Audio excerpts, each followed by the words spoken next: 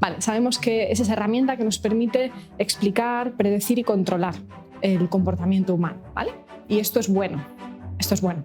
Lo digo porque a veces esto de que nos permita controlar el comportamiento humano suena como algo maquiavélico o algo así, y lo cierto es que conocer las formas por las que un comportamiento se da, al revés, igual nos puede permitir que el mundo sea más justo. Fijaos, ¿no? Así que la conducta, además de aquello que hace un organismo, la conducta no está en ningún sitio, pero tampoco está en el vacío. Es un poco paradójico, pero la conducta es interacción, ¿no? El comportamiento es algo fluido en el sentido de que nunca paramos de comportarnos y nunca paramos de aprender, y tratamos en ese análisis funcional de alguna forma como de hacer una foto más o menos estática de algunas dificultades o de algunos comportamientos relevantes que queramos explicar, ¿no? Vale, pues ¿por qué hacer un curso de análisis funcional y cuál es el papel del análisis funcional? Vale, sabemos que es esa herramienta que nos permite explicar, predecir y controlar el comportamiento humano, ¿vale? Y esto es bueno. Esto es bueno. Lo digo porque a veces esto de que nos permita controlar el comportamiento humano suena como algo maquiavélico o algo así, y lo cierto es que conocer las formas por las que un comportamiento se da, al revés, igual nos puede permitir que el mundo sea más justo. Fijaos, ¿no? Entendiendo las variables de las que funciona un comportamiento. Así que con este conocimiento sobre cómo funciona el comportamiento intentamos, digamos, de alguna forma hacer una foto de una película, ¿no? El comportamiento es algo fluido en el sentido de que nunca paramos de comportarnos y nunca paramos de aprender, y tratamos en ese análisis funcional de alguna forma como de hacer una foto más o menos estática de algunas dificultades o de algunos comportamientos relevantes que queramos explicar, ¿no? Así que intentamos concretar toda esa complejidad en algunas secuencias y como cortar un poquito, ¿no? El comportamiento para después analizarlo. Esto es una práctica habitual del ser humano, ¿no? Como segmentar las cosas, categorizarlas para poder entenderlas y estudiarlas. Sabéis que un análisis funcional no tiene una forma única de plasmarse.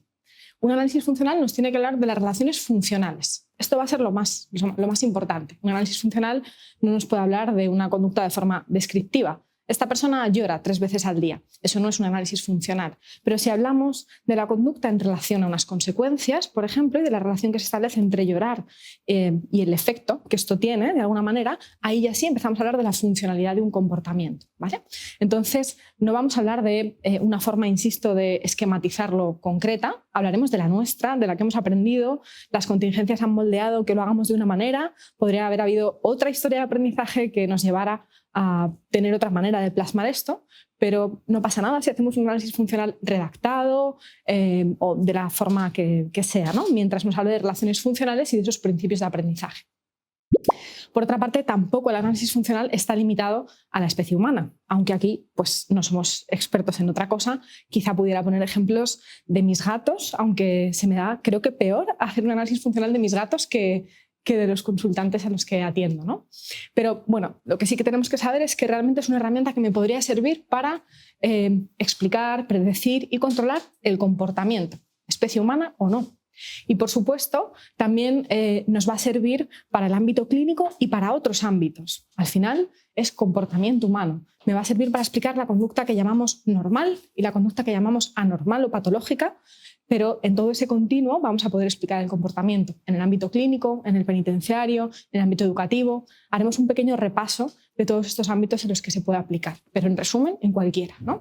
Esos principios son aplicables universalmente, esos principios de aprendizaje son aplicables universalmente. Y su carácter es hipotético por muy diferentes razones.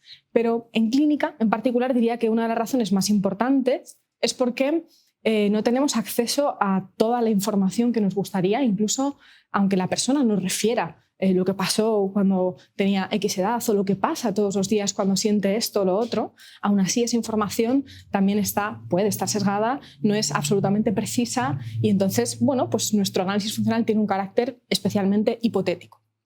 Además, cuando aquí hablemos de análisis funcional, vamos a referirnos a un análisis funcional concreto que, si salimos de este ámbito, quizá no nos entiendan.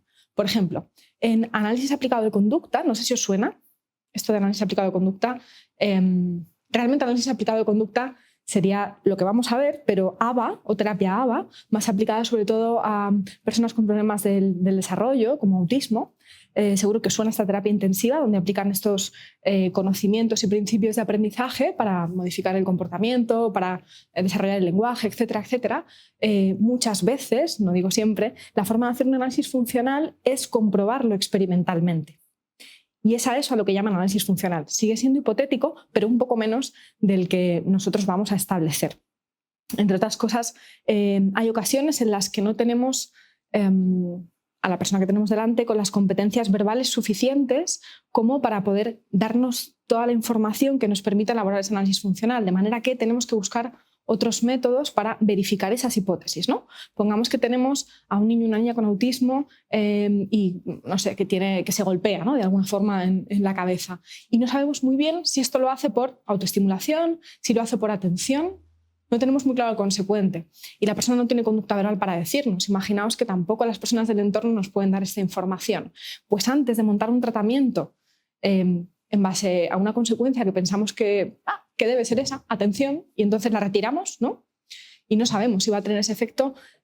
Antes de eso tendríamos que hacer algún ensayo de prueba, probar experimentalmente nuestras hipótesis y después montar la intervención, ¿vale? Así que aquí hablaremos de análisis funcional, pero sin contrastación como tal previa de hipótesis. Las iremos contrastando a lo largo del tratamiento. Esto es importante porque el análisis funcional, es dinámico.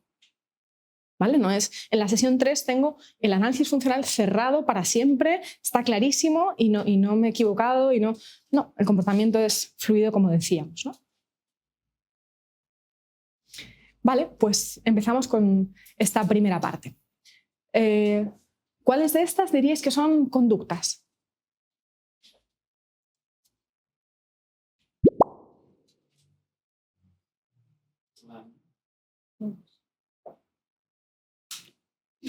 Dejo unos segundos más por si alguien tiene, también desde casa, pensamos. Si todas son conductas: hablar, recordar, imaginar, respirar, percibir, atender, pensar. ¿Tenemos unanimidad? ¿Tenemos dudas? ¿Discrepancias? ¿Qué pensáis?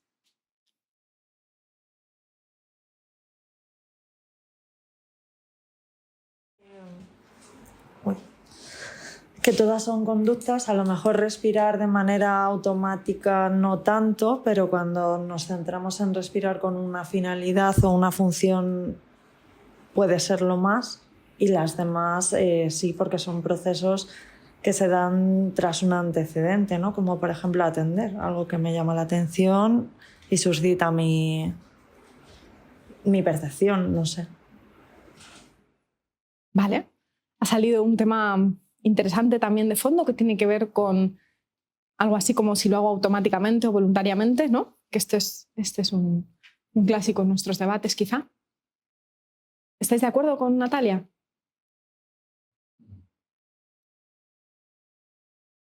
¿Con una de las Natalias? O sea, para mí respirar no es menos conducta que el resto, y al final también... Al final respirar también sería conducta, pero porque es lo que dice esa frase de Skinner, ¿no? Que conducta es todo lo que hace un organismo, o sea, toda interacción del organismo con el ambiente se va a considerar una conducta. Entonces sería igual, para mí. De hecho, si me permitís, digerir, hacer la digestión es conducta. Tú me las lías y luego yo... Sí, desde aquí, perdón. Y luego yo ya voy resolviendo, ¿no? Me apago el micro.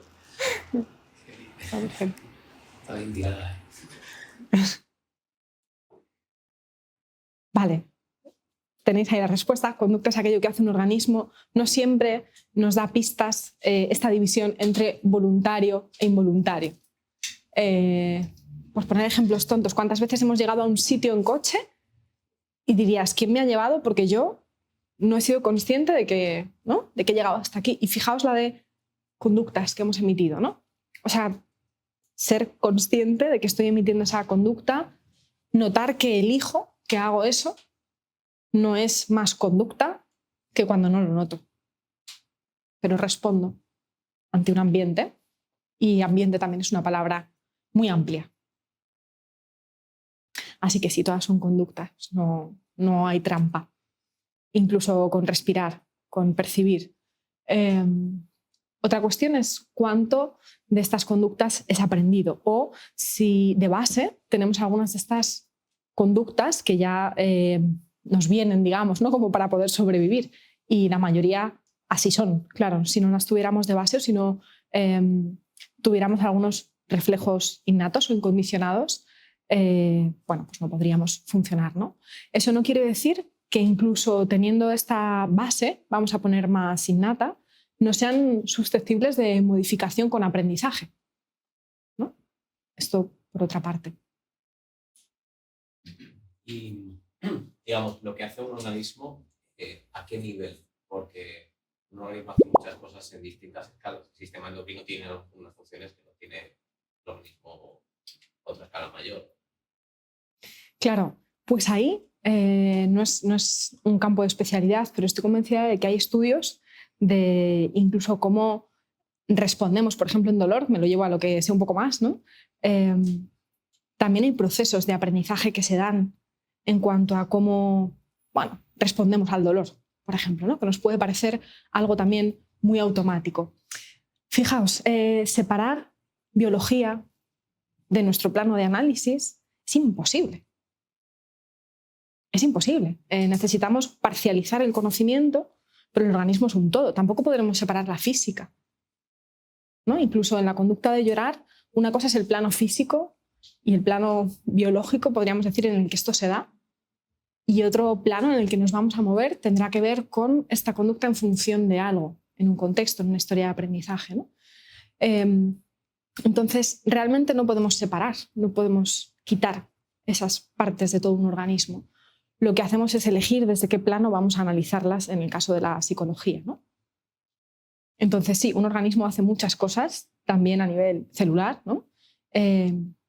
Entonces, en ese sentido, no todo es conducta, no todos los procesos que se dan, que son necesarios para que haya conducta, por ejemplo, son conducta. Pero muchos de ellos, aunque nos parezcan automáticos o involuntarios, se pueden someter a control voluntario, como la respiración, por ejemplo, o puede condicionarse, y hablaríamos entonces de aquello que hace un organismo, ¿no? Entonces, bueno, la pista de aquello que hace un organismo nos lleva a lo voluntario y puede ser una primera regla que nos sirva, más o menos, para entender todo lo que es conducta, pero tiene matices importantes, ¿vale? Así que simplemente flexibilicemos que a veces, incluso cuando no sentimos ese control voluntario, no tenemos conciencia de que estamos haciendo algo, eso no quiere decir que no lo hagamos, ¿no?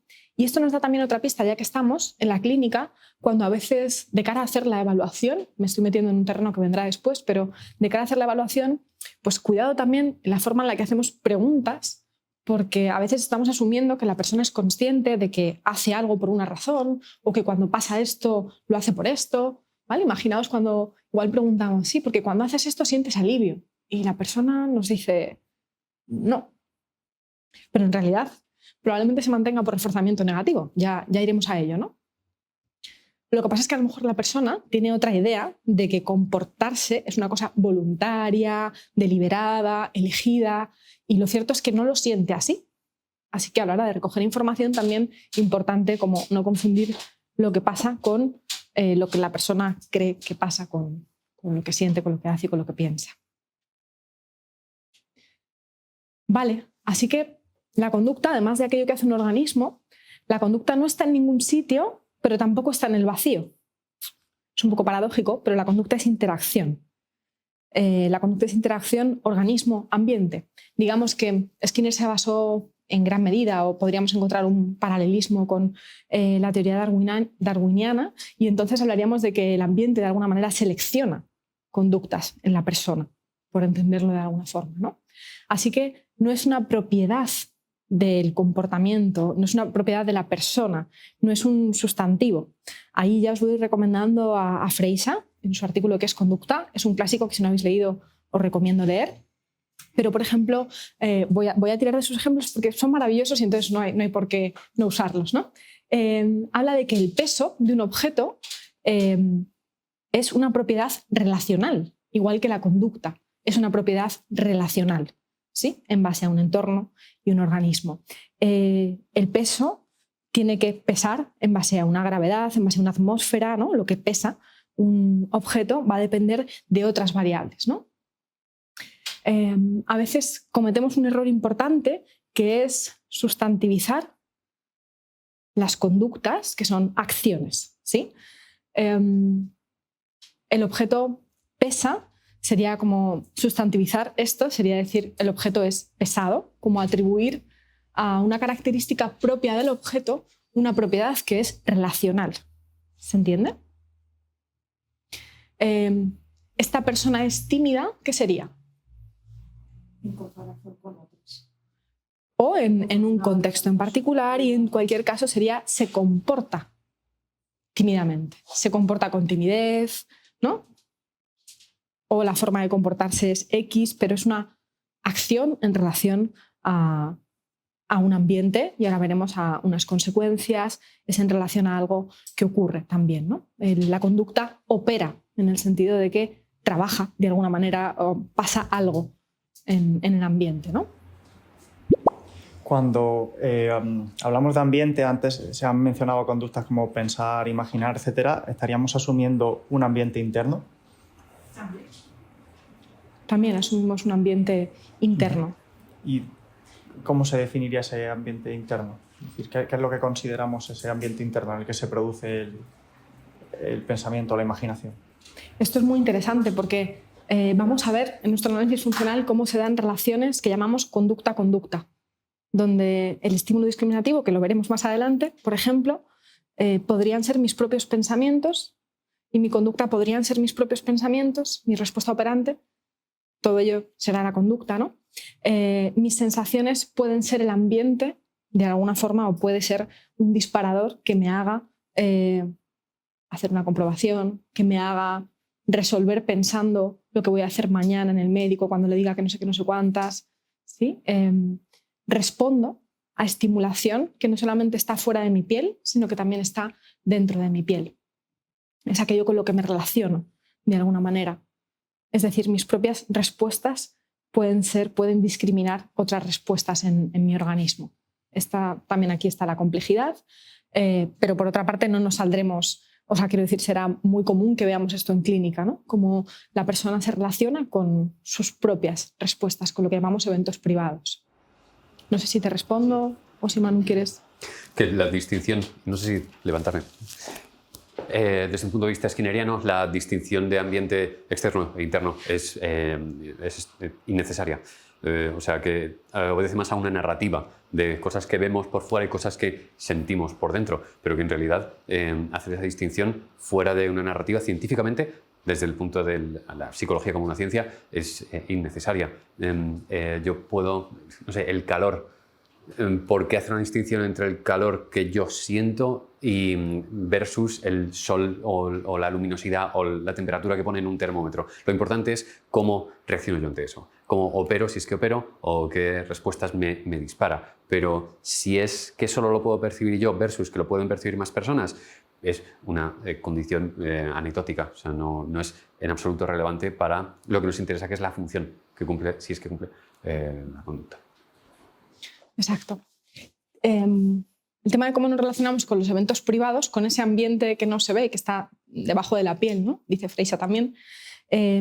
Bueno, tiene sus características particulares, que veremos cuando hablemos también de conducta verbal o cuando hablemos de problemas clínicos, porque el hecho de que solamente yo esté en contacto con eso, bueno, pues va a dar lugar a una serie de circunstancias que a lo mejor facilitan que emita ciertas conductas con más frecuencia, porque la tengo más a mano, vamos a poner, ¿no? Bueno, tiene unas características un poco particulares que está bien que veamos, ¿no?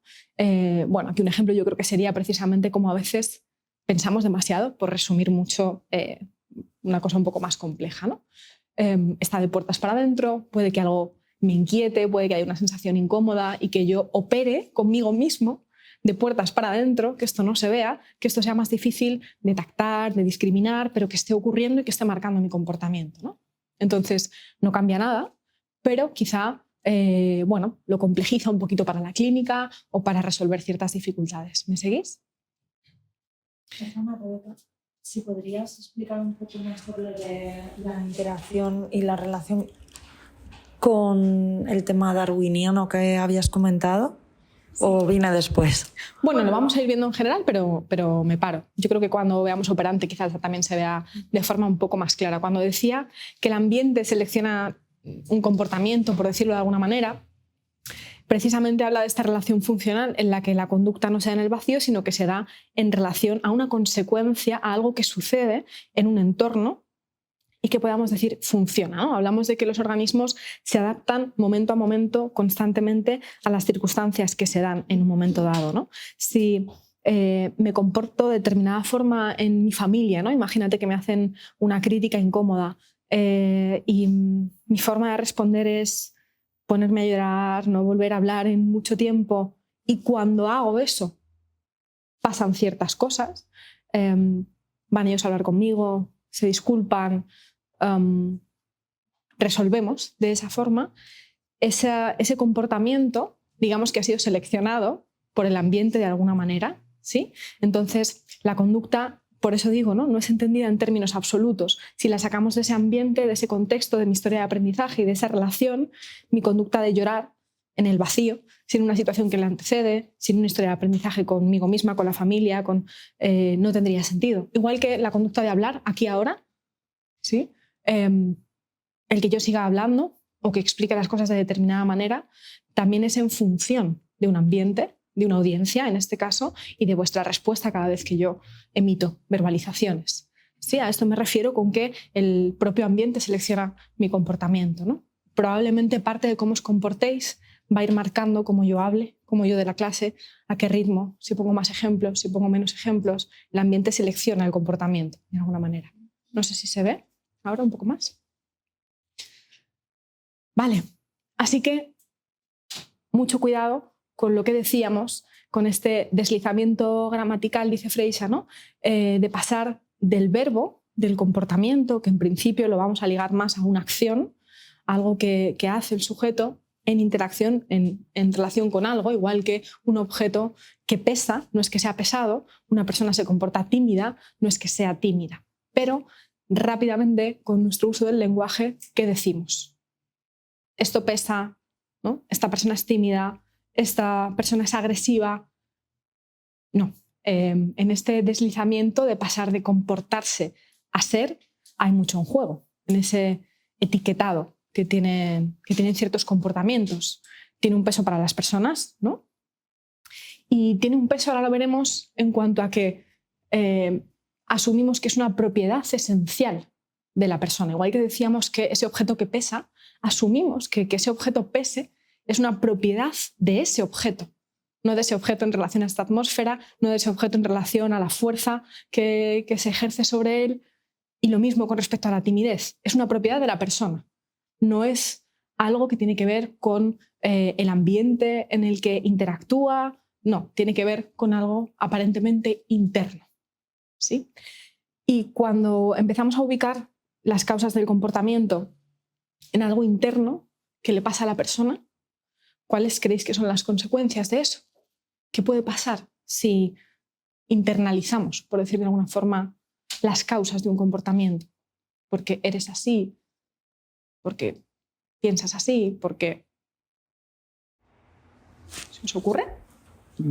Se puede generar indefensión a la persona porque se Soy considera así. que si es algo que es parte de él, pues él como unidad no va a cambiar, ¿no? Exacto, soy así. Entonces, puedo seguir incluso... puede que eso sea una operación de abolición para ejercer cambios. Ya veremos qué es esa palabra. Pero de alguna forma me desmotiva para querer cambiar, porque como soy así, ¿no? Que ser así significa que es difícil cambiar, así que voy a desmotivarme para cambiar. Y de cara a quienes manejamos o tratamos de manejar el comportamiento humano para ejercer un cambio, si atribuimos las causas de ese comportamiento que estamos analizando a cuestiones internas, por aquí decís, fatal, ¿qué ocurre? No podríamos hacer nada, ¿no? Porque si es algo interno que ya viene así de fábrica. Exacto, ¿no? O sea, si damos por hecho de que es algo interno, ¿qué podemos hacer entonces para cambiarlo? Eso es, se nos escaparán probablemente variables que no están dentro y que igual son relevantes, ¿no? Pero insistimos, lo de dentro fuera siempre es relativo, en el sentido de, no quiero liaros más, pero claro, es que la conducta es interacción de nuevo. Entonces, sí, evidentemente lo que siento, lo estoy sintiendo yo de puertas para adentro, pero lo estoy sintiendo en relación a algo. E incluso lo estoy sintiendo en relación a una historia de aprendizaje que yo he tenido. Porque incluso para sentir, he aprendido en mi comunidad verbal cómo se siente. Ya iremos complejizando un poquito más con el lenguaje, ¿no? Pero incluso la forma de describir mis emociones, de atenderlas y de percibirlas, ha estado mediada por mi historia de aprendizaje social. Esto no se aprende en el vacío. Tú no sientes vergüenza con 0 años, ¿no? Tú aprendes lo que es la vergüenza y aprendes a sentirla también. Así que incluso esto que siento de puertas para adentro tiene su origen fuera. Sí, así que lo de está dentro, está fuera, siempre es relacionado, nunca está ni dentro ni fuera, sería una regla importante con la que nos quedemos, pero ojo en cualquier caso con esencializar los comportamientos como algo propio de la persona, ¿vale? Bueno, estas son un poco las consecuencias que tiene, que las habéis dicho. Otra consecuencia adicional es que la internalización de las conductas da lugar a veces a explicaciones tautológicas. ¿Os suena? Este es un término de lógica bastante más complejo que yo no sé de lógica tanto, pero sí sabemos lo que es un argumento autoexplicativo o circular, ¿no? Que es ¿por qué es tímida? Porque no habla. Porque no juega con otros niños. ¿Y por qué no juega con otros niños? Porque es tímida. Y la gente tímida no hace estas cosas, ¿no? ¿Por qué se pone nerviosa cuando habla en público? Porque tiene muchas fobias. Vale, bien, ¿no? ¿O por qué está deprimido? Porque llora, tiene ganas de morir, se siente culpable. ¿Y por qué se siente culpable, tiene ganas de morir? Porque está deprimido. Y entonces la etiqueta es lo que parece que explica la propia etiqueta, que viene a ser un resumen de ese conjunto de descripciones, ¿no? Así que a veces internalizar estos comportamientos nos lleva a explicaciones circulares. Esto es uno de los peligros. Y por tanto no estamos explicando nada. Es lo que tiene que ser explicado. La depresión, o por qué llora, o por qué no llora, es lo que tiene que ser explicado, no lo que se queda explicado a sí mismo. Este episodio se ha grabado en motivo del lanzamiento de nuestra nueva formación online que podrás encontrar en nuestra web www.engramapsicología.es. ¿A qué esperas? Ya puedes ir a darle un vistazo.